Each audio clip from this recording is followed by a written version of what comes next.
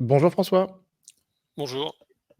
Épisode numéro 91 du podcast Comptoiria. Premier épisode de la rentrée. Nous sommes le mardi 27 août 2024 et j'ai le plaisir de recevoir François Fleuret. François est professeur à l'Université de Genève, à l'EPFL. François, donc tu travailles sur l'IA, le machine learning depuis 1994. Et surtout donc, moi je t'ai découvert, sur Twitter, sur X, réseau social sur lequel tu as une, super présente et une super présence et tu fais preuve d'un bel humour en tout cas. Et je t'ai découvert aussi grâce au Little Book of Deep Learning, le petit livre du deep learning, que tu as écrit et qui est, on va en parler tout de suite, on peut le dire, je pense, un énorme succès. Donc merci François d'être avec nous. C'est un plaisir. François, première question. Toi, ça fait un moment que tu es dans le secteur, tu es prof, tu enseignes, mais qu'est-ce qui se passe depuis ChatGPT, depuis 1 an et demi, dans l'IA générative? Au niveau technique, au niveau social, au niveau, À tous les niveaux, à tous les qu'est-ce que niveaux? c'est que cette explosion? Alors, à mon avis, donc il y a une espèce d'alignement d'étoiles parce que les modèles de langage, heu, en gros, sont génériques et offrent une interface qui est beaucoup plus naturelle et agréable que ce qu'on avait avant. C'est-à-dire qu'il y avait aucun outil d'IA qui était aussi générique que ça. Il y avait des trucs qui marchaient hyper bien pour faire, détection de visage, reconnaissance d'objets, reconnaissance de speech, trucs comme ça. Mais là, effectivement, ça a escaladé dans, un truc, un outil quasi universel avec lequel on discute, donc il y a une espèce de combinaison de plein de choses. Le fait qu'il y a d'énormes bases d'apprentissage, la techno marche de manière surprenante, tellement très, très bien, c'est-à-dire les GPT, c'est incroyable. Mmh. Et le fait que, cette modalité, c'est-à-dire contrairement à l'image, la modalité du texte, heu, c'est un peu c'est un moyen universel de de poser des questions, en fait. C'est-à-dire que si j'avais un réseau de neurones qui est très, très fort en compréhension du monde, nous, par exemple, dans mon labo, on fait des world models, c'est formidable, mais la manière de lui formuler des problèmes qu'on a besoin de résoudre et qui nous communique des résultats en retour, il n'y a pas. Le langage, pour ça, est formidable. Donc je pense qu'il y a ça, et il y a le fait que ça marche ultra bien. Ça marche ouais, le monde, l'histoire du machine learning est quand même fait de moments où on ne comprend pas bien pourquoi ça marche si bien. C'est une Et là succession et d'accidents. et et là ça marche et là ça marche, ça cartonne. Peut-être donc déjà, on peut venir peut-être tout simplement déjà sur le livre que tu as écrit, le Little Book of Deep Learning. Tu m'en as parlé un petit peu. Moi, je l'ai téléchargé, je l'ai fait imprimer sur une plateforme que tu recommandais. Le format, il est super sympa. Est-ce que tu peux nous en dire un petit peu plus? Tu en es à combien de téléchargements de ce livre, François? Et même nous raconter, alors très rapidement, mais comment t'es venue l'idée d'écrire ce livre? Donc ça, ce qui est rigolo, c'est que pour moi, c'était un non-événement. C'est-à-dire en gros, j'ai des bons amis qui sont très, très forts en maths et en info, mais qui s'y connaissent, en particulier un qui était venu me voir, pendant les vacances de Noël 2022, qui est quelqu'un d'hyper fort, mais qui connaît rien en deep learning, et donc je lui ai expliqué, comment ce que c'était que le deep learning, en buvant des bières, et je me suis aperçu que je ne lui parlais pas du tout de la même manière que par exemple aux étudiants, où on est plus, pédagogue à poser toutes les bases, à avancer lentement. Là, c'était un peu marche forcée. Je pouvais y aller avec une bandwidth qui est super élevée parce qu'il comprend tout. Ouais. Et en fait, je me suis dit, bah, il y a plein de gens comme ça. Il y a plein de gens, des bouquins de cours, il y en a plein, donc c'est pas la peine de réécrire le énième livre de 500 pages. Mais il y a plein de gens très forts qui ont juste besoin qu'on leur dise vite fait, il y a ça, il y a ça, il y a ça, ça marche comme ci, ça marche comme ça. Et en particulier, alors, j'ai l'impression, vu le succès, que c'est quelque chose que plein de gens partagent.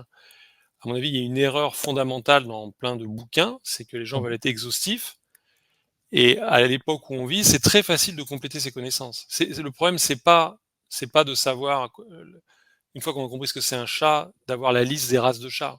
Une fois qu'on a compris ce que c'est un chat, trouver des photos de races de chats sur internet, c'est pas le problème. Et en fait, c'est pour ça que j'ai un peu pris cette position, qui est de dire, bah, je vais trouver un chemin, un backbone, pour aller en gros vraiment de ne rien savoir du machine learning jusqu'au LLM et au au modèle de diffusion, de denoising diffusion, et j'ai juste mis tout ce qu'il fallait pour avoir ces trucs-là. Mais par exemple, donc dans les modèles, il y a ce qu'on appelle les couches. Donc si on prend PyTorch ou JAX ou autre, on a ces modules. Il y en a, c'est un zoo, il y en a, il y en a des milliers. Et j'en présente, je sais plus, dans le bouquin, peut-être 10-12. Ouais. Mais après, les autres, c'est pas un problème une fois que quelqu'un a compris ça. Donc en gros, c'était être court, concis, ne pas raconter ma vie. Je ne supporte pas les livres une des règles de l'écriture moderne, c'est il faut de l'aventure humaine. Non, on en a. Peut-être que je suis un peu excessif, mais ça ne m'intéresse pas. Si je lis un livre sur les dinosaures, je me contrefiche que quelqu'un, quand il avait X années, est allé dans le désert de trucs. Si j'ai envie de lire un livre sur les gens, je lis un livre sur les gens. Si je lis un livre sur les dinosaures, donc voilà, j'ai dégraissé au maximum. Et puis il se trouve que ça a l'air de marcher parce que donc les downloads, on est à genre 650 000, et puis les gens ont l'air très contents. 650 000, c'est quand même pas mal. En faisant ça, Les gens donc, sont très contents. suite à une bière avec un pote, c'est quand même pas mal du tout. Ton bouquin, il est quand même accessible pour les personnes qui ont un petit parcours de STEM, donc science, technique, engineering, mathématiques. Mais par contre, tu as la particularité aussi, et tu as été très malin sur la diffusion, de sortir un petit bouquin qui est adapté au format mobile aussi, quoi. Donc ça aussi, je m'étais dit, c'était pas prévu qu'il y ait une version physique. Je m'étais dit, les gens ne lisent pas de livres, les gens regardent leur téléphone. C'est fini les livres. Dans le train, moi je prends beaucoup le train, il n'y a plus personne avec des livres. Et ça aussi, je trouve mystérieux que tout le monde ne fasse pas ça, parce que c'est tellement frustrant de lire un bit sur son téléphone, et puis ça va jamais, le flowing il va pas, c'est tout de travers. Et en fait, si on le fait dès le début, c'est un effort qui est epsilon, et ça fait un truc, le rendu est nickel. Enfin, les gens sont très contents. Franchement, bravo. 650 000 downloads, c'est quand même colossal. J'espère que tu accepteras de descendre d'un tout petit niveau pour nos auditeurs qui n'ont pas forcément tous le parcours nécessaire pour rentrer dans ton bouquin. Mais il y a des passages qui sont, je trouve qu'en tout cas, la structure est excellente et je recommande à tout le monde de le télécharger. C'est hyper intéressant, hyper bien fait. François, toi, quel est l'outil d'IA que tu utilises le plus aujourd'hui? Au sens LLM, truc comme ça? C'est-à-dire, Ouais, tout à fait. Ouais, ouais. j'utilise très peu, c'est-à-dire que j'utilise, si vraiment j'ai besoin d'un bidule du genre, écrire, Mmh. un bout de texte canonique qu'on a besoin où il y a une manière de le faire, et donc ça va être ChatGPT, mais c'est assez rare, et ceux avec Tu lesquels as la version pro de ChatGPT? je crois que j'ai la version pro, ouais, Mmh. je crois que je Ouais, paye encore. OK. Mais je pense pas maintenant, je pense si je payais pas, je sais pas ce que j'ai en plus. Enfin bref, de toute façon, j'utilise hyper peu. Celui que j'utilise quand je veux faire en partie des trucs que je poste sur Twitter, c'est Llama 70 milliards quantizé 4 bits sur mon PC personnel. Et c'est formidable. Je suis un fan de Llama, 70 milliards de paramètres quantizé Donc 4 bits. attends, celui-là, Llama 3. c'est le 3, c'est pas le 3.5, c'est le 3? Ouais, alors après, faut peut-être que je me 3.1, mette à jour. 3.1, non. Et ça tient il tient sur ton ordinateur, celui-là? Parce Alors, qu'il est il tourne sur un desktop avec 64 Go de RAM et une 4060 Ti avec 16 Go. Mmh. Et les trucs, je vais poster des choses sur Twitter assez rigolotes, de traduire le langage marketing de LinkedIn en anglais franc et sincère, et c'est très très amusant. C'est-à-dire qu'il le fait, il le fait extrêmement bien. C'est un OK, truc donc ce Llama, toi, tu t'en sers en local et donc donc un LLM open source ouais. et tu en es assez content, quoi. Ouais, ouais, OK. Ça rame un peu parce que voilà, c'est un PC, un 64 Go avec une carte comme ça, c'est 1000 francs, Mmh. 1000 €. OK, trop bien. OK. Est-ce que, François, je voudrais te demander quelques petites définitions, heu, parce que tu es quand même, prof et j'ai trouvé qu'il y avait, une grande clarté, dans ton bouquin et il y a quelques petites définitions comme ça, je me disais que ça pouvait être super sympa pour notre audience. Est-ce que je peux te poser quelques petites questions comme ça? Heu, Tu veux bien jouer l'exercice? Volontiers. Ah, c'est trop sympa, merci beaucoup, François. Alors, peux-tu nous donner une définition du deep learning pour un auditeur qui n'aurait pas le background STEM? Le deep learning, Alors, et est-ce qu'aujourd'hui on peut dire que c'est ce qu'on appelle l'intelligence artificielle? Alors, quelqu'un qui a pas un background, technique, c'est toujours compliqué parce que pas de background technique, ça peut aller, très, très, très loin. Donc en gros, la manière dont je le présente quand je fais des intros à l'IA à un public large, c'est de dire, heu donc en gros, le 1er niveau, c'est ce qu'on appelle l'apprentissage statistique, c'est-à-dire des systèmes informatiques capables d'apprendre à partir de données. Donc là, la manière simple de le décrire, c'est que, quand on écrit un programme d'ordinateur, c'est vraiment du micromanagement. C'est de dire, on a des variables et des nombres et on dit: «Mettre tel nombre dans tel truc». Enfin, c'est vraiment, c'est vraiment le niveau zéro de l'initiative du côté de l'ordinateur. C'est juste, on lui dit de mettre des nombres dans des trucs et de faire des opérations arithmétiques et de comparer des trucs et de faire des tests.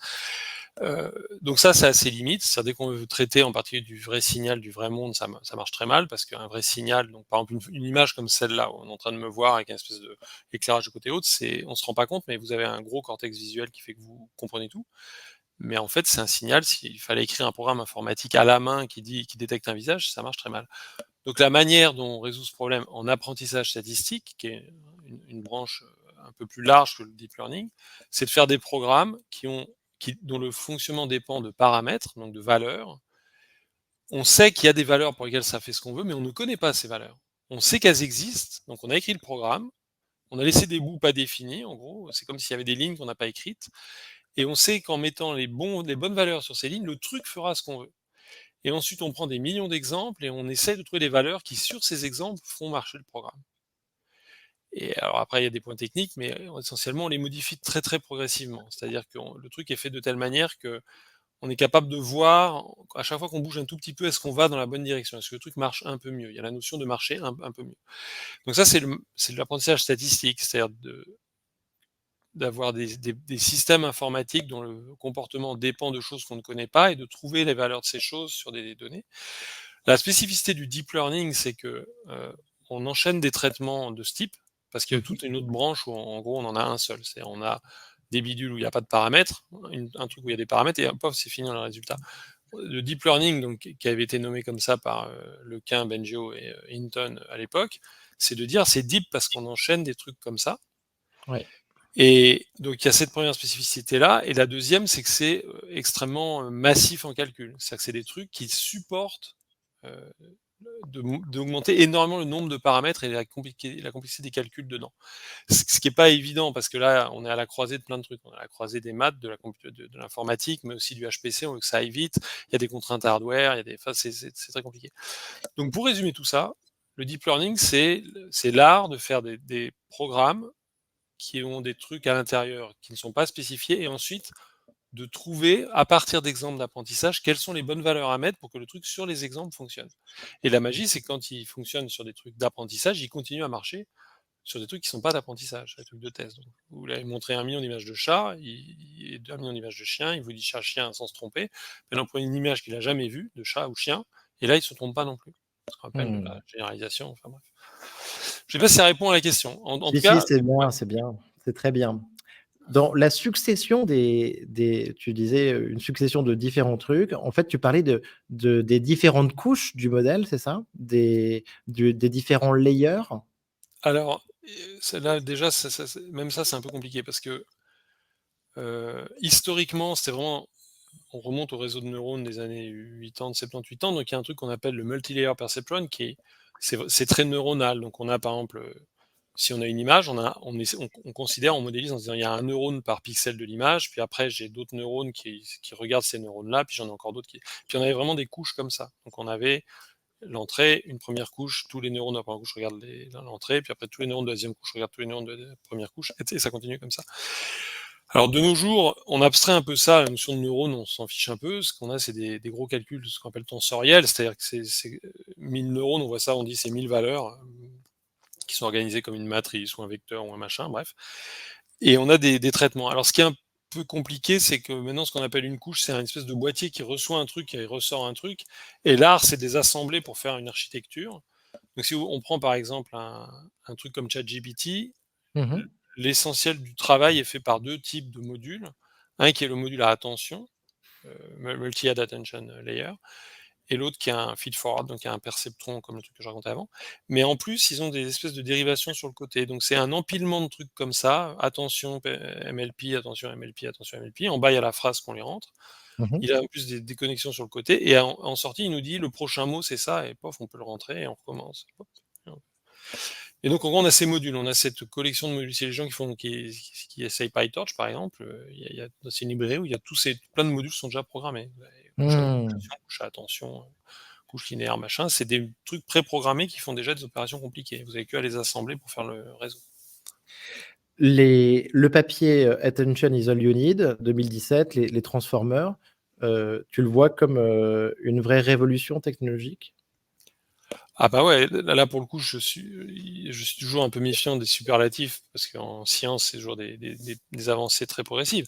Celui-là, il est assez surprenant. Celui-là, il est très, très surprenent. Moi, je sais que je me souviens d'un meeting qu'on avait avec des étudiants en 2018, il venait juste de sortir, et je me souviens avoir dit: «On dirait vraiment, c'est Area 51 là». C'est-à-dire que, non, Ah non, mais ouais, c'est non, non, quand non, même, non, quand même. non, non, non, c'est vrai, c'est extrêmement bizarre. C'est-à-dire, il y a un saut, il y a c'est rare qu'il y ait un saut à ce point. C'est-à-dire que il y avait les réseaux récurrents. Après, il y a eu un papier où ils ont un réseau récurrent bidirectionnel avec un peu d'attente. Donc, en gros, pour les gens qui ne connaissent pas techniquement, le truc, c'est que les gros réseaux avant les bidules à la ChatGPT, c'était les réseaux de vision et speech et sound processing. Donc, c'est des trucs. Vous avez une image et puis à la fin, vous devez dire est-ce que, en gros, à nouveau, c'est un chat, un chien, un X-rays de quelqu'un qui a le Covid, pas Covid. Et ces trucs-là reposent fortement sur le fait qu'une image, par exemple, il y a une structure à toutes les échelles. Donc si vous prenez une table, par exemple, vous avez la table, c'est un plateau et des pieds, le plateau, c'est des arrangements de bords horizontaux et des coins, les coins, c'est eux-mêmes des arrangements de trucs. Donc il y a une espèce vous pouvez avoir une description hiérarchique à des échelles de plus en plus grosses, de plus en plus petites, mais vous pouvez opérer assez localement. Donc on opère localement, puis après on réduit, on réopère localement, puis on réduit, on repère localement. Et un réseau comme ça a énormément de mal à tenir compte d'informations qui sont éloignées dans l'image.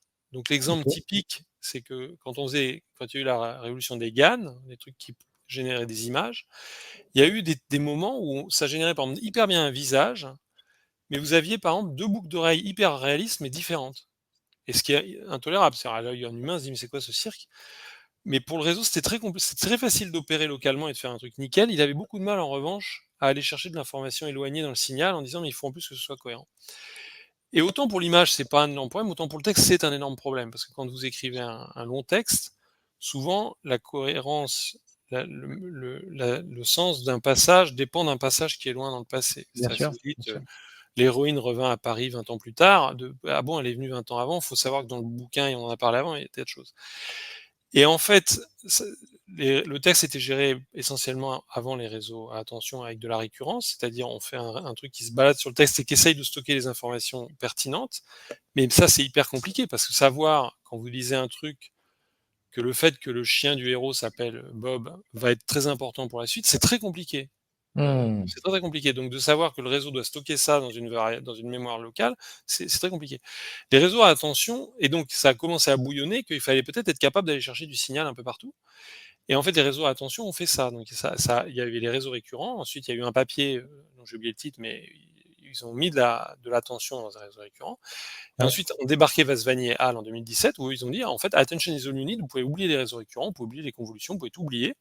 On va avoir un modèle qui, lui, alors je ne vais pas entrer dans le détail, mais en gros, euh, vous avez une séquence, et chaque composant de la séquence peut regarder tous les autres composants, et hop, on réécrit la séquence en faisant un calcul où chaque élément regarde tous les autres.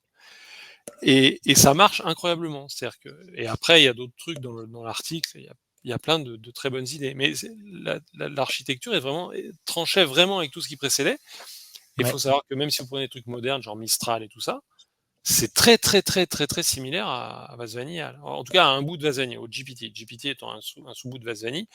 Mais en gros, ça se résume en 2 minutes, quoi. Ils ont changé la non-linéarité, ils ont déplacé la normalisation ailleurs. Enfin, c'est du détail, quoi. Donc c'est Mmh. très surprenant, c'est vraiment hallucinant. C'est très, très bon. Attention Isolini. Et donc tu nous parles de Vasviani et tu as dit Bah, quoi, pardon? Ouais, c'est les les auteurs de auteurs. Attention Isolini. Et alors moi justement, je m'intéressais à une personne qui s'appelle Noam Chazir, qui je pense est un auteur aussi de ce papier. tu sais, qui a travaillé récemment sur Caractère AI, et qui était chez Gemini, aussi, chez Google DeepMind, Ouais. tu vois? Et alors, que fait-il? Et donc, et je pensais qu'il avait un rôle très important aussi, en fait, sur ce papier justement de Attention is all you need. Alors ça, je sais pas, les auteurs des papiers, c'est toujours compliqué, hein. Là, Ouais, je les connais d'accord. pas assez personnellement pour savoir qui a Bien fait sûr. quoi. Ouais. OK. Alors, OK, merci beaucoup François. Il y a une phrase sur laquelle je voulais te sonder parce qu'elle m'intrigue un petit peu. C'est, Elon Musk. Bon, alors c'est du Elon Musk, mais Elon Musk, il tweet, il sort dans les conférences, enfin, il a fait ça pas mal sur l'année dernière. C'était, «Who should be president en 2032? Qui devrait être le président de 2032? Les Transformers ou les modèles de diffusion?» Et donc ça a l'air d'être un peu, tu vois, une private joke. Alors sur Twitter, il a fait un petit sondage, et les Transformers, tu vois, l'emporter à 77%. Est-ce que toi, tu comprends un peu sa blague de qui doit être président, les Transformers ou le modèle de diffusion, ou c'est du délire un peu à la Elon Musk, Alors je François? pense que Elon Musk, i il Elon Musk, j'ai fait un tweet récemment, j'ai dit que les chats, les LLM et Elon Musk étaient des entités cognitives où leur performance excellente dans certains domaines était un très, très, très mauvais estimateur de leur performance dans d'autres domaines. Les chats, par Très bon exemple, les gens tweet. sont convaincus que les chats sont intelligents, les chats font des trucs hyper bien, mais à mon avis, les chats sont complètement stupides. Il y a vraiment des fois, c'est une catastrophe. Les LLM, pareil, c'est-à-dire les LLM, on joue 5 minutes, on dit: «Oh, c'est incroyable», puis après, on lui dit, Alice a 3 frères, et une sœur, combien les frères d'Alice a de sœurs? 1. Et Elon Musk, donc déjà, il devrait essayer de moins la ramener parce qu'il raconte beaucoup n'importe quoi. C'est un peu triste parce que vraiment, je pense qu'il est très, très fort sur certains trucs. Là, Mmh. je sais pas ce qu'il fait, donc je pense qu'il alors si je fais mon thérapeute là, je pense déjà il veut se la jouer un peu en disant il sait ce que c'est un transformer, un modèle à diffusion, waouh, incroyable, il est très fort. Deuxièmement, je sou Ça fait partie du personnage, je pense, hein. Il y a un peu du flex, en effet. Enfin, ouais, il probablement, mais ça vole pas haut parce qu'on fait 4 minutes de deep learning, on sait qu'il y a bon bref. Après je pense que présidence, il y a son espèce d'acoquinement avec Trump, qui est sous-jacent. Bon, whatever. Et maintenant, alors si la question c'est, si espérons, il veut juste savoir qu'est-ce qui est mieux entre transformer et modèle de diffusion. Alors là, il y a une vraie discussion, parce que c'est très intéressant. Les 2 classes d'algorithmes sont hyper intéressantes et n'ont pas du tout les mêmes forces et les mêmes faiblesses. Mais alors, ils ont des points communs, justement, donc sur ce troisième point. Alors moi, à mon niveau, pour moi, je voyais le transformer, tu vois, sur des modèles de texte du LLM, et pour moi, la diffusion, c'était les modèles d'images. Heu, c'est beaucoup plus fin que ça, en fait, ou? Bah, alors les 2 sont des modèles de densité, c'est-à-dire que le problème fondamental que ces trucs résolvent, c'est que c'est des modèles de densité. Ça, c'est des modèles qui imitent une distribution d'un truc, d'un signal. Donc, alors pour les auditeurs qui sont pas trop techniques, heu, en proba, on peut définir des événements aléatoires en disant simplement la probabilité que chaque valeur soit prise. Donc l'exemple typique, un dé à 6 faces, il y a une chance sur 6 que ça fasse un 1, une chance sur 10 que ça fasse un 2, une chance sur 10 machin. Une pièce de monnaie, un demi, un demi. Mais après, pour commencer à avoir des trucs compliqués. Si vous faites 2 dés, alors la somme de 2 dés, donc il y a une chance sur 36 que ça fasse 2, une chance sur 36 que ça fasse 12, mais après il y a des trucs plus compliqués. Puis après, ça s'escalade dans des trucs très compliqués. Donc typiquement, quand on a un modèle génératif d'image, il y a un modèle de densité. Donc ce qu'on va faire, c'est un bidule où on est capable de lui dire: «Donne-moi une autre, donne-moi une autre, donne-moi une autre». Exactement comme on lui dirait: «Jette tes dés, jette tes dés, jette Mmh. tes dés». À chaque fois, on a une réalisation. Le truc, c'est que c'est comme on a plein de pixels, donc une image, 1000 c'est 1 million de pixels, et c'est là où ça commence à être conceptuellement compliqué. Il y a ce qu'on appelle une loi jointe, c'est-à-dire que quand on jette des pièces de monnaie, les valeurs sont totalement indépendantes. Si je dois jeter 10 pièces de monnaie, j'en ai jeté 9, la dixième ne dépend pas des 9 précédentes. Enfin, normalement, après, bref. En revanche, une image, si j'ai la moitié des pixels, je sais à peu près prédire l'autre moitié, parce que c'est juste qu'une image qui a du grain. Donc c'est très compliqué de faire un machin qui est capable de produire de l'aléatoire qui est aussi riche et aussi structuré et aussi compliqué. Donc les 2 grandes classes de bidules qui marchent très, très bien maintenant, c'est, les trucs à la ChatGPT, à la GPT, pour des Ouais. séquences discrètes, Mmh. et les modèles à diffusion, effectivement, pour l'image. Il y a aussi des variantes à la GPT pour l'image. Et en revanche, DALL-E 1, c'était comme ça. Nous, nos trucs, donc dans mon labo, on fait des world models, c'est-à-dire on fait des trucs qui simulent, par exemple, des jeux vidéo. Donc, on laisse jouer le système à des jeux vidéo et il se construit un modèle du jeu, c'est-à-dire il se construit un truc où, étant donné les 5 dernières secondes de jeu et l'action, donc les 5 secondes, on a l'image et les actions, et Mmh. maintenant on fait une action de plus, il prédit la prochaine image. Donc, et Mmh. c'est fait avec du GPT derrière. Donc pour résumer, les transformers, plus précisément les GPT et les modèles à diffusion, ce sont des modèles de densité, ils peuvent produire des trucs aléatoires avec une structure très compliquée. Les GPT cartonnent vraiment pour le texte, la diffusion n'est pas terrible pour le texte. Les GPT font aussi très bien pour l'image. C'est pas clair, pour l'image, c'est pas clair que la diffusion. Et là, il y a quelqu'un qui a dit un truc qui est assez intéressant parce que je pense que c'est spot on, comme on dit, c'est que donc quand un truc à ChatGPT, ce qu'on appelle un modèle autorégressif. Donc peut-être à nouveau, je ne sais pas à quel point j'entre dans le détail technique, mais un GPT il produit les tokens les uns après les autres. On va dire les mots. Un mot, un mot, un mot, un mot. Ouais. Donc, quand il produit le suivant, il regarde tous les précédents, il a une distribution de probabilité. Et en proba, il y a un théorème qui n'est pas compliqué, mais qui dit que si on fait ça, si quand on en produit un, il dépend de tous les autres, c'est comme si on respectait complètement la loi jointe. C'est-à-dire la structure est complètement respectée, si le truc est appris correctement. La diffusion est un système complètement différent et qui est super rigolo d'un point de vue conceptuel, c'est que on prend le signal, donc on a par exemple 1 million d'images, et on va entraîner le bidule comme ça. À chaque fois, on prend une image, on la dégrade, donc on a une manière d'ajouter du bruit, d'ajouter du bruit, d'ajouter du bruit. C'est ce qu'on appelle le processus de diffusion, c'est un peu comme une marche aléatoire, on se balade, on fait n'importe quoi.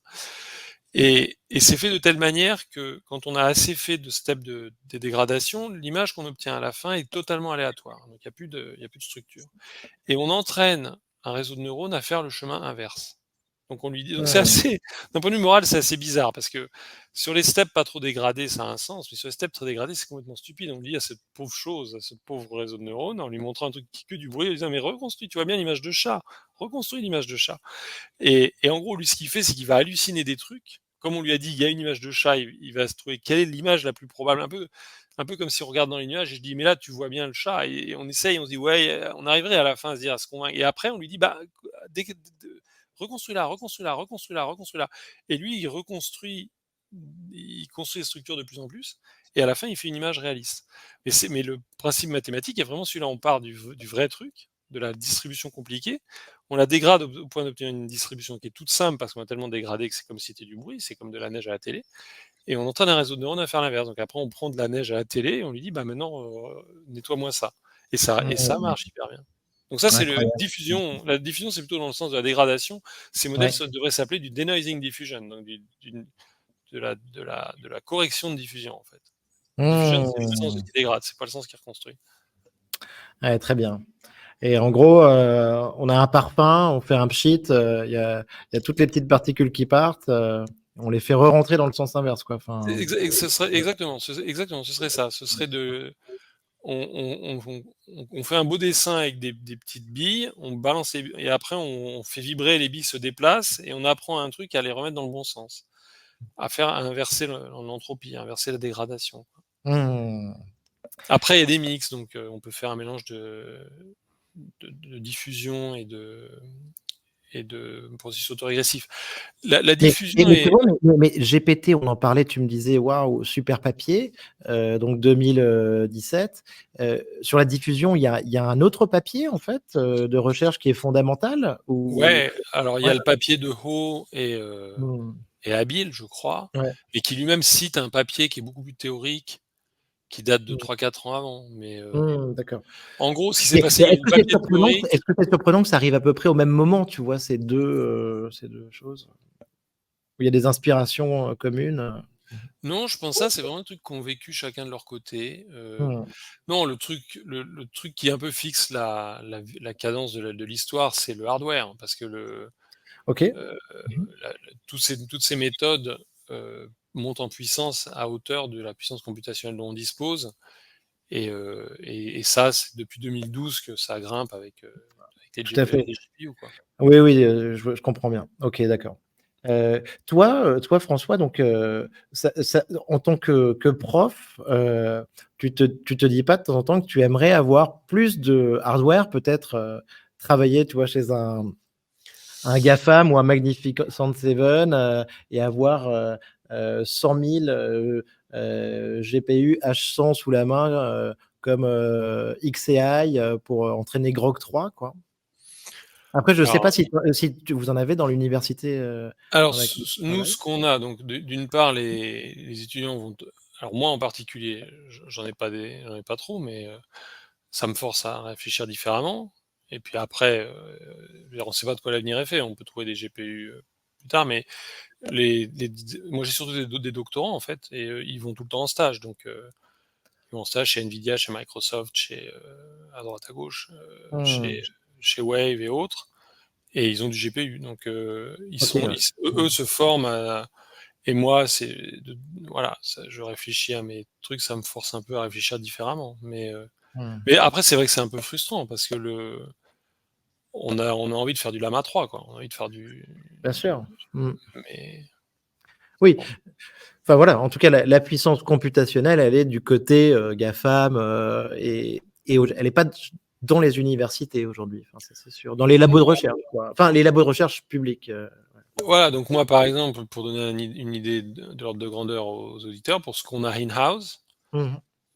on a, donc pour 6 doctorants, on a des gros GPU de gamers, on en a une douzaine, donc des 3090, 4090. Mmh. Des A100, on en a Ouais. parce que alors à nous, pur, on en a 8, mais qu'on partage, on en a 32, donc en gros, on a encore 16 en moyenne. Après, on OK. a le gros cluster de l'Uni, où on peut aller taper, mais c'est un peu plus hétéroclite. Donc, en gros, on a 12 un doctorant, il a un gros PC, une ou 2 cartes de gamer et après accès à du A100 s'il faut, quoi. Mais D'accord, c'est d'accord. c'est sûr que, voilà, la moindre start-up qui fait du LLM, si elle a pas ses 1000 H100, elle fait rien, donc Mmh. Ah ouais. Hem, oui, d'accord, tu confirmes ça, toute start-up aujourd'hui qui veut faire du LLM sérieusement doit avoir ses H100 à disposition. je pense une start-up qui veut faire du LLM sérieusement, qui veut faire la course avec Mistral, il lui faut un budget de 100 000 € par jour de calcul. 100 000 € par jour, ouais, Je ça pense, fait oui. pas mal là, ouais, ouais. Il faut cramer 50 millions par an, enfin 35 millions par an de calcul. Mais ça, c'est pour faire du gros truc, mais alors après, il y a 1000 variantes, hein. Il y a des gens qui font du RAG, qui utilisent des trucs open source, Bien sûr. il y a 1000 trucs, mais si on veut faire la course au gros modèle, Alors, justement, à ce sujet-là, il y a une start-up, je voulais enchaîner sur le sujet des agents, François, qui nous intéresse beaucoup, et je ne sais pas si tu as entendu parler d'une start-up qui s'appelle H, anciennement Holistic, qui a été montée par des anciens de DeepMind, et ils ont levé, ben, tu vois, 220 millions de dollars récemment, heu, justement pour avoir ces GPU, et là, il y a eu un petit bad buzz la semaine dernière, c'est que sur, ben, les 5 chercheurs de DeepMind, de la boîte, il y en a 3 ou 4 qui viennent de partir, et donc ça pose un petit peu, tu vois, des questions sur ce projet. Mais bon, leur idée, c'était ils ont donc levé 220 millions de dollars. On parlait d'une valo à 2 milliards de dollars, sur un sujet hyper ambitieux qui est hyper à la mode, qui est celui des agents. Comment est-ce que tu vois les agents se développer, toi, François? Est-ce qu'il y a des solutions, sur le marché que tu trouves intéressantes? Parce qu'on se dit que dans tous les cas, dans quelques années, bah, l'IA sera plus forcément uniquement, un chatbot, mais qu'il va y avoir de plus en plus des agents avec lesquels on va travailler.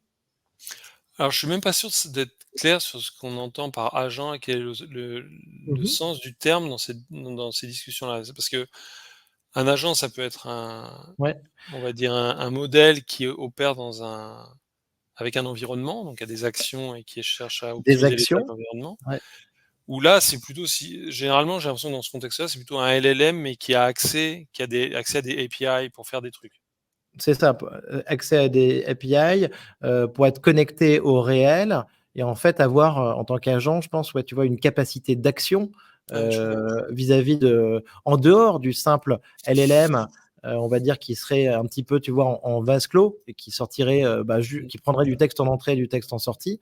Là, des agents qui ont une capacité d'action, d'utiliser des API pour aller plus loin, utiliser donc des API, des programmes externes, commander un Uber, faire des actions à notre place, et donc travailler aussi sur une capacité de planification, je pense, un peu plus avancée, quoi, tu vois. Et donc, quelle est la question? Est-ce que ça a marché? Est-ce que ça a généralisé? Comment est-ce que tu vois ces agents qui est quand même un gros sujet en ce moment? Est-ce que tu as vu des choses qui te semblent convaincantes par rapport à ça? Alors j'ai vu des trucs pour les agents en particulier, il y a des trucs un peu liés à ça, donc il y avait une boîte qui développe un ingénieur, un software développeur, donc un truc qui est capable Tout à fait, d'aller Devin, alors ouais, notamment? peut-être, ouais, Mmh. et donc qui est capable d'aller pouler un projet GitHub, installer, livrer, tout le bazar. Alors, heu, donc déjà, il y a un peu toujours le même effet qui est que ça sent les démos cherry picked. Pour que ces trucs soient vraiment utiles, il faut qu'ils fonctionnent, c'est un peu comme conduire une voiture. C'est-à-dire que si OK, déléter par accident la moitié des fichiers, c'est moins grave que rouler sur des piétons, mais c'est quand même un truc qu'on veut éviter. Donc je pense, ça peut pas être des machins qui marchotent, mais après je pense que c'est l'avenir. C'est-à-dire que, heu, là, je discutais avec quelqu'un qui me disait qu'il avait préparé son voyage en Suède en famille avec, ChatGPT et que c'était merveilleux. C'est vrai que sur des tâches comme ça, réserver faire des réservations au restaurant, trouver des séances de cinéma, des trucs comme ça, je pense que ça ouais, je suis à vrai dire, je suis surpris que ce soit pas déjà déployé plus. On les Mais voit tu assez vois, peu dans notre environnement, hein. au début, ça peut faire un petit peu peur. Je pense que non, mais tu as raison, il faut être, réaliste par rapport à ça. Moi, si je devais préparer mon voyage en Suède, au début, tu vois, je confie ça à un agent, donc à un GPT qui me fait ça, à une IA.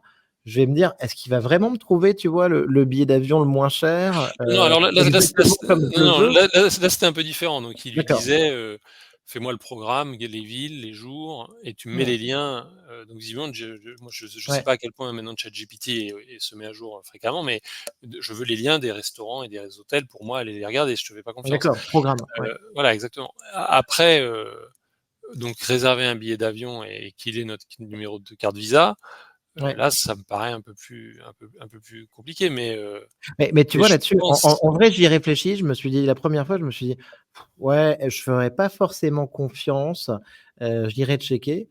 Mais à partir du moment où j'ai vu, l'agent faire le job bien une fois ou 2, tu vois? À partir de ce moment-là, tu vois, je lui fais entièrement confiance et je regarde même plus, et je m'embarrasse plus à aller me taper, Kayak, et des liens Google, quoi, tu vois? Enfin, Ah, et après, je pense qu'on peut avoir une relation avec ça comme, où à la fin, par exemple, on doit confirmer l'achat. C'est-à-dire qu'il fait des suggestions moi, je suis assez surpris que ce soit pas, je pense encore une histoire de problème de puissance de calcul. C'est-à-dire que si on avait le moyen de faire tourner un Llama 3, 70 milliards de paramètres en local sur tous les laptops, je pense que les interfaces graphiques auraient une tête toute différente.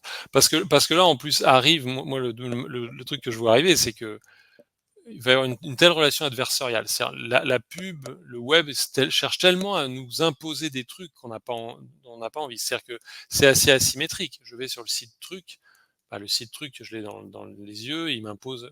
Je pense que ça va pousser l'utilisation du GPT ou son frère, j'en sais rien, mais comme une espèce de couche entre nous et tout ça. Ça justifie presque encore plus moi j'ai essayé de réserver il y a pas longtemps un hôtel à Genève. Et c'est l'enfer absolu. C'est une succession de plateformes, de booking et je ne sais quel truc qui clairement. vraiment c'est adversarial. C'est-à-dire les prix annoncés, on clique, c'est pas le bon, on arrive sur le site, c'est pas le bon site, Ah ouais, ouais, les ouais, ouais, mails ouais, sont ouverts, ils complètement. sont pas ouverts, les photos sont pas c'est l'enfer absolu. Donc là, j'ai vraiment envie de Tu dire: arrives sur un prix final, là, je suis à Biarritz, pour une conférence, mon billet d'avion, il est marqué 222 €. Je clique dessus, ça m'ouvre 3 sites différents. En fait, je devais prendre un aller sur un site, «Ah, un retour sur l'autre 570». site. À la fin, le Ouais. 920, c'est 570. Donc ils poussent ils vont pousser à nouveau, c'est un truc que j'avais tweeté en rigolant, mais GPT remove everything from the web, remove all the stock photos, change the layout, fais-moi un layout façon roman Penguin des années 60, vire-moi tous ces trucs moches, et je pense qu'on y va tout droit, parce que On c'est va se prendre en fait, enfin, on va peut-être bénéficier d'une sorte de comme un équivalent du ad blocker quoi, grosso oui, modo, mais exactement. qui serait, un agent qui nous simplifierait un petit peu notre, browsing, ouais. Ouais, ouais, OK. Un assistant d'un patron des années 60 qui arrive, et qui nous amène, les trucs imprimés. Il a filtré tous les trucs idiots, il les a mis à la poubelle. On a juste les 4 lettres auxquelles il faut qu'on réponde. Il a déjà préparé une réponse, et voilà, ça va être ça notre interaction avec le reste du monde. Mmh. Hem, Écoute, ça peut changer quand même pas mal de choses. Je pense qu'il peut y avoir un impact aussi important niveau productivité dans les boîtes, tu vois?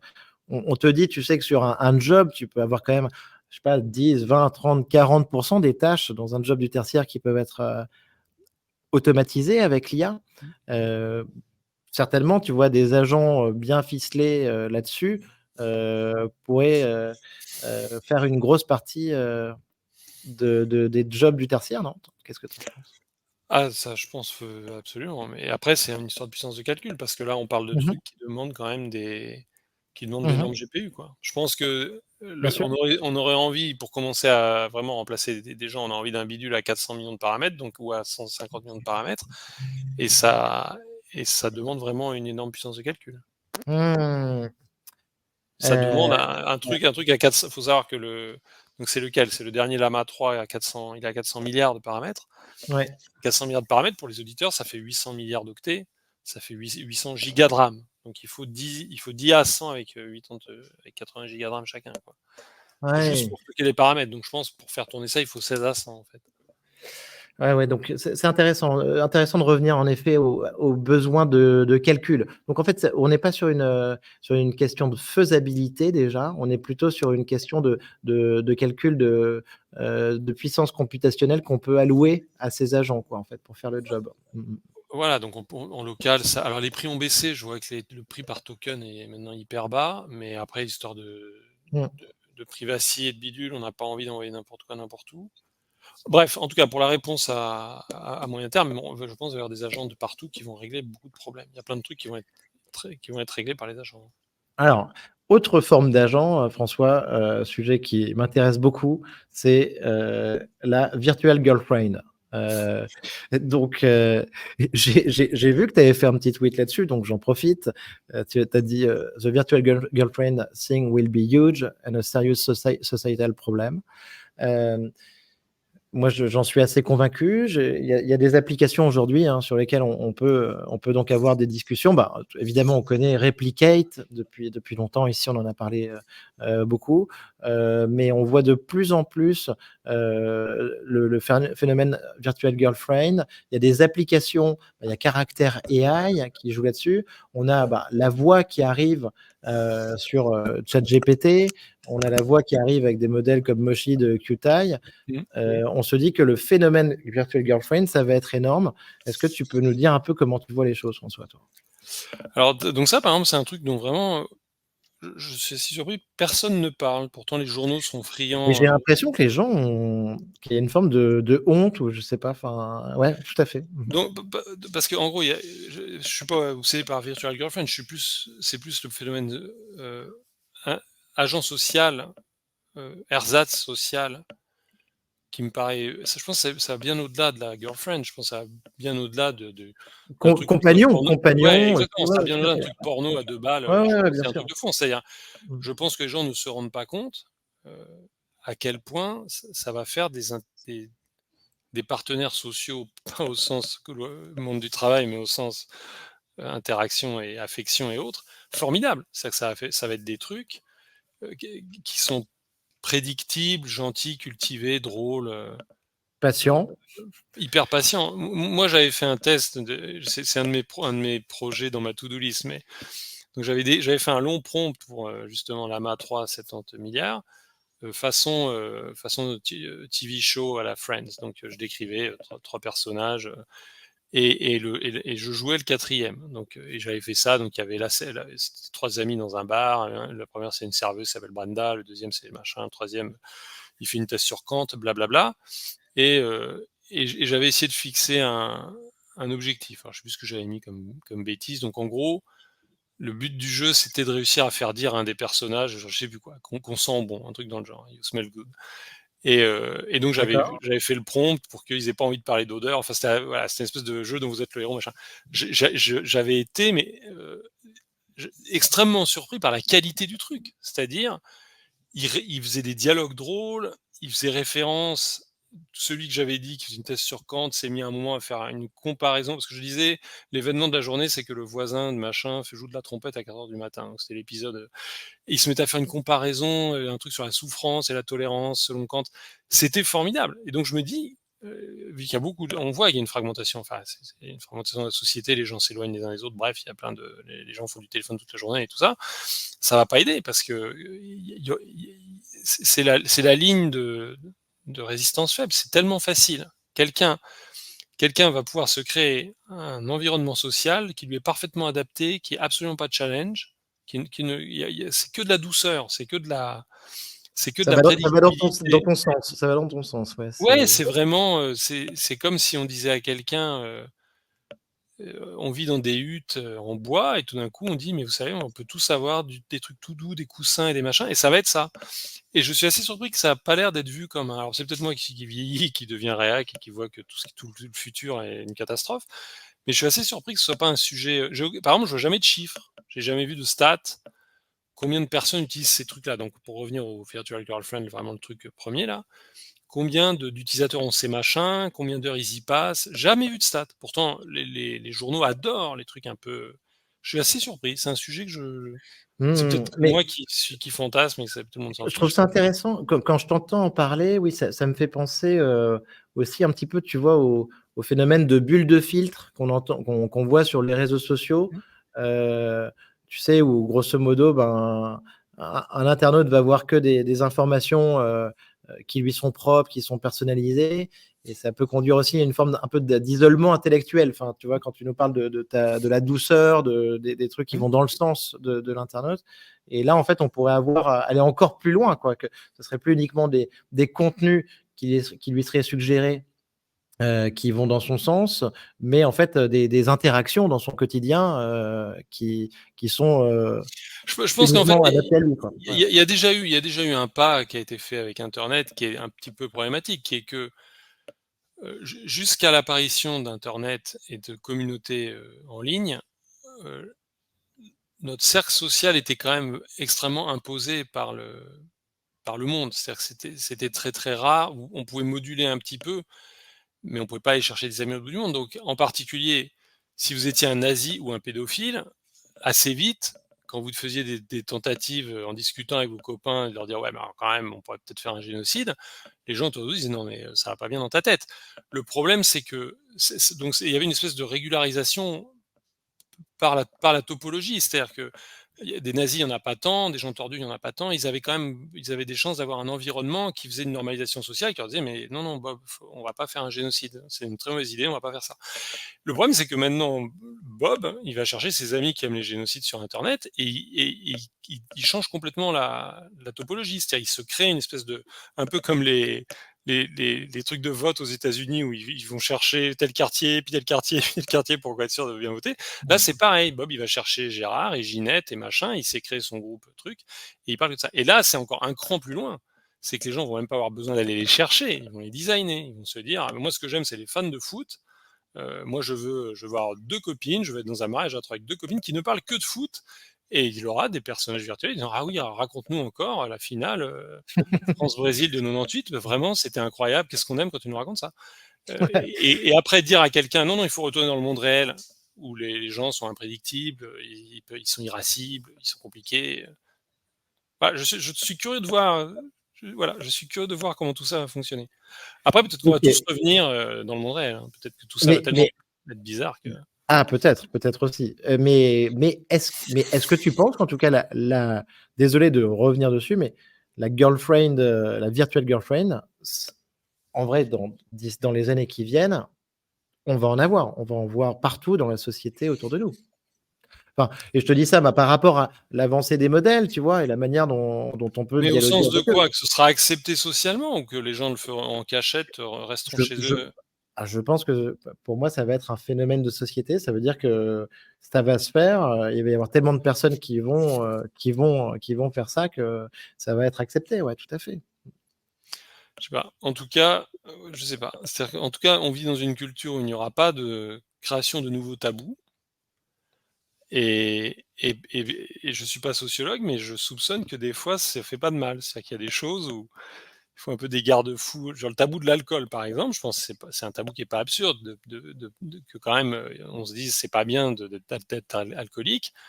C'est pas une mauvaise idée parce que c'est un truc qui remplace plein de choses, c'est comme la drogue, Ouais. c'est-à-dire que ça remplace plein d'autres facettes de la vie et là, je pense qu'on vit dans une société où il n'y aura pas de création de nouveaux tabous donc je sais pas quelle va être la contre-mesure si des trucs comme ça, émergent.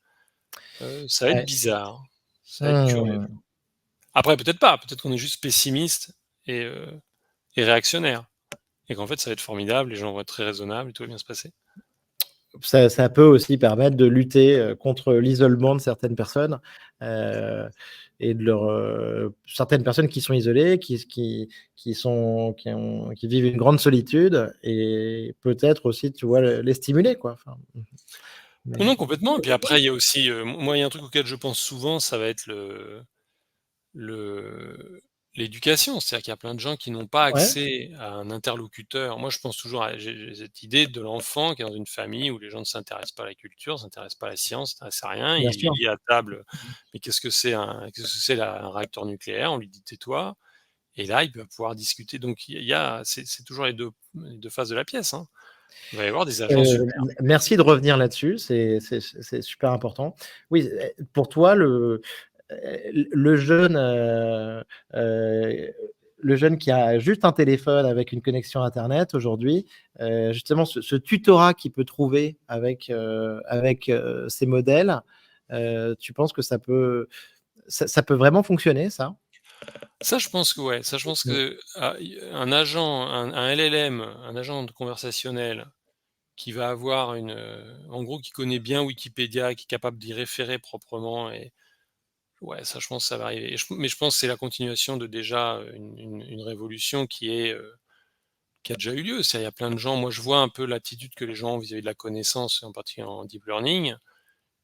Il y a plein de gens qui ont des parcours super bizarres, qui ont pas fait d'études et qui sont hyper forts parce qu'ils ont appris sur le tas, C'était un peu le machin de mon petit bouquin, c'était aussi ça, le mettre Ouais. justement complètement open parce que se dire, enfin Bien après, sûr. quand j'ai commencé à voir les downloads exploser, j'avais mis il y a des sites, on met les IP et ils nous les met sur une carte du monde et c'est formidable de se dire il y a des gars au Bangladesh, en Mongolie, qui ont accès à ce truc-là et là ça va être pareil sauf qu'ils vont avoir un LLM, ils vont pouvoir discuter avec Platon, quoi. Ouais, Ils c'est vont quand même pas mal. Ouais. ils vont pouvoir discuter avec Platon.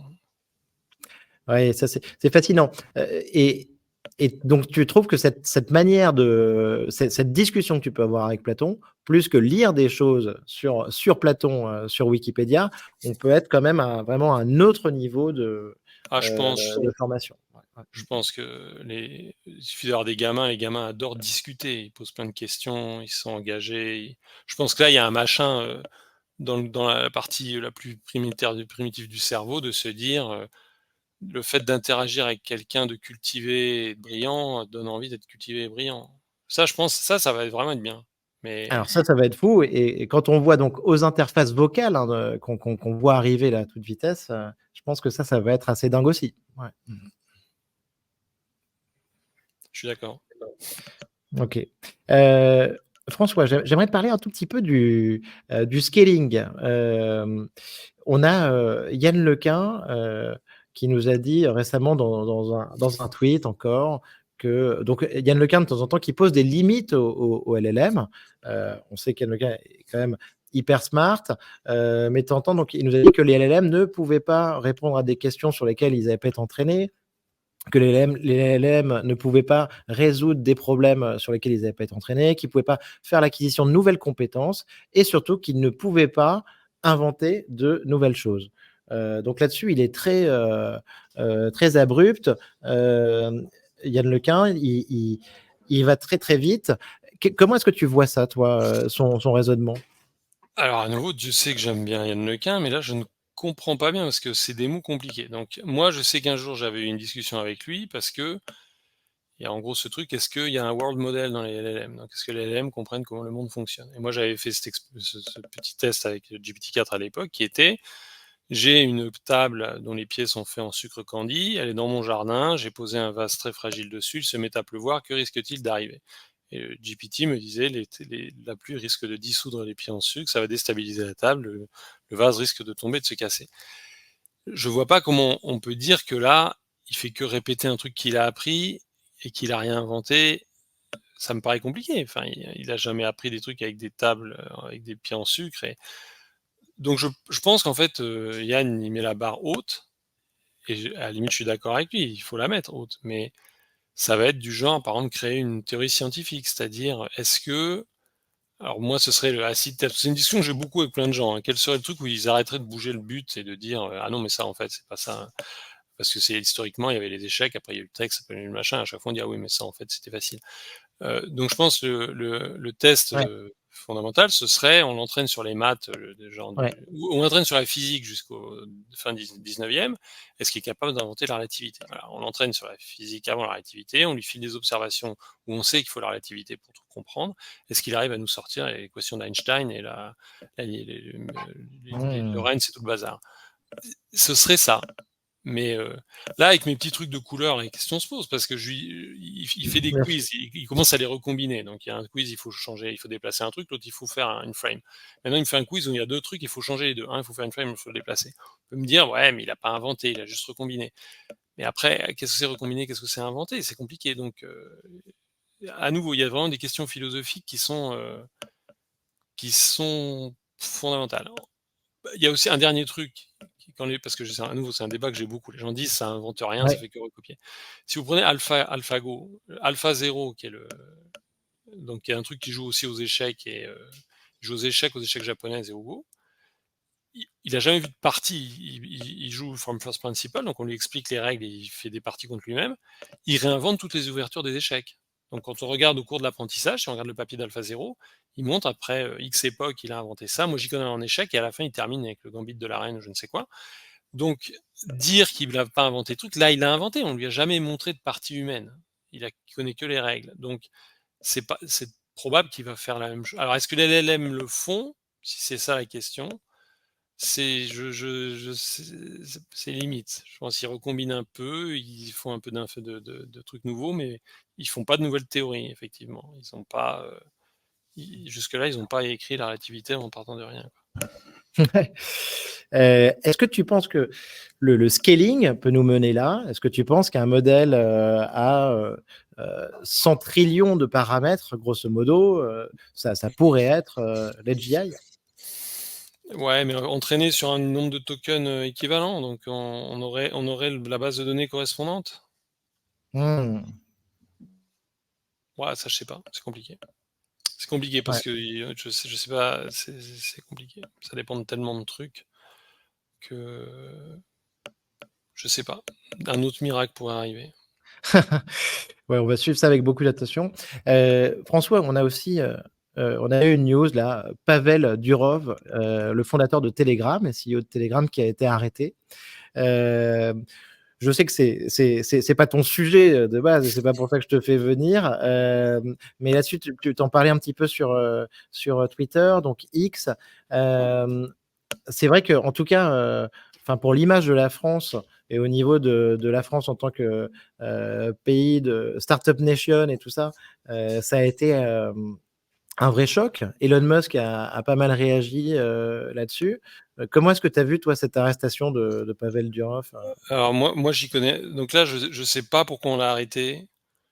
Je C'est vraiment très, très compliqué. Moi ma donc ce que j'ai juste dit sur Twitter, c'est que en gros les gens crient au scandale dès qu'il y a la notion que, internet devrait être un état de droit au même titre qu'un autre endroit et donc la police doit avoir des privilèges particuliers. Je ne m'exprime même pas, je constate juste après, on est pour, on est contre, j'en sais rien, mais les gens sont pas surpris quand ils voient la police courir après un voleur, avec un revolver à la ceinture. Mais là, ils ont l'air d'être tous choqués parce que donc j'ai pas bien compris pourquoi il était arrêté. J'ai vu que Macron a fait un communiqué, je sais toujours pas pourquoi il est arrêté. J'ai pas compris si c'est parce qu'il refuse d'implémenter des backdoors, s'il refuse de censurer des trucs ou s'il refuse de donner des logs ou s'il refuse de donner je sais pas. Mais je comprends pourquoi les gens par défaut se disent: «C'est une honte qu'on arrête ce gars-là». À nouveau, peut-être c'est une honte, c'est compliqué la vie, mais je comprends pas bien cette espèce de en gros, un truc qui m'exaspère par-dessus tout, c'est que il y a des grandes sphères, ça peut être des partis politiques, ça peut être technologie contre pas technologie, ça peut être pays truc. Et les gens croient que si bidule il est dans telle sphère, vu que la sphère est gentille, bidule est gentil. Je sais pas d'où vient cette idée. Peut-être que ce monsieur est formidable et c'est honteux qu'on l'arrête et je sais pas pourquoi on l'a arrêté. Mais je comprends pourquoi les gens, par défaut, partent sur cette idée-là. Et je comprends pas bien. Après, il y a des arguments subtils hein, pour la. Donc, justement, il y a eu un échange un peu tendu sur Twitter. Parce qu'en gros, la conclusion, c'est que si on implémente des moyens d'écoute pour la police, on peut pas donner peu de choses. En gros, à la Ouais, seconde ouais. où l'autorité judiciaire peut commencer à écouter machin, elle peut écouter 1 million de machins. Il y a pas le, il y a, c'est ce que j'ai tweeté à un autre moment, il n'y a pas la régularisation qui a un coût en ressources par personne. Si vous voulez mettre un traceur GPS sur une voiture pour faire une enquête, chaque enquête vous coûte un policier qui y va et qui met le truc. Là, si on fait du virtuel, effectivement, c'est très compliqué. Donc ça, je comprends très bien. Mais je comprends pas que par défaut, les gens veulent que ce soit un état de non-droit où parce qu'il y a des gens pas, il y a Ouais. des gens horribles, il y a des choses horribles qui se passent. Après, on peut dire je suis contre la police, mais ça devient un peu compliqué l'affaire. En général, les gens qui disent ça, ils ont jamais eu besoin de la police. Ouais, écoute, on va voir, on va essayer d'en savoir un petit peu plus sur cette affaire, Oui, c'est qui en curieux effet semble parce que avoir cette de grands affaire-là, intérêts. Ouais. voilà, cette affaire-là a l'air d'être liée à l'Ukraine, aux services secrets russes. Enfin, Voilà, ouais. ça a l'air d'être une histoire qui J'ai ne l'impression cesse que c'est de une énorme pieuvre, en ouais, effet, exactement. Ça a l'air ouais, ouais, compliqué. que ça Ça a va l'air plus loin compliqué. qu'une affaire Carlos Ghosn arrêté, au Japon. François, est-ce que je peux te demander, si tu as une timeline sur l'AGI, l'intelligence artificielle générale? Est-ce que ce concept veut dire quelque chose pour toi? Je sais pas, non. Et moi, je dirais, ce serait l'histoire d'inventer des maths de 1950 en ayant appris que des maths jusqu'à 1900. Voilà, ça pour moi, ce serait content. François, est-ce que tu as un livre ou un film de science-fiction à nous recommander? Permutation City de Greg Egan, le meilleur livre de tous les temps. Et comme film, 2000 ans Odyssée de l'espace, on n'a pas fait mieux. Ou Super. si les gens veulent un truc un peu plus, il y a Automata, qui est un film sur les robots, qui est un film, je crois, espagnol, et qui est formidable. Automata. Merci beaucoup François, c'était un plaisir de te recevoir. On va te suivre sur Twitter X et on va tous télécharger le Little Book of Deep Learning. Merci François. Merci beaucoup pour l'invitation, c'était À formidable. bientôt. À bientôt, Ciao. bonne fin de journée.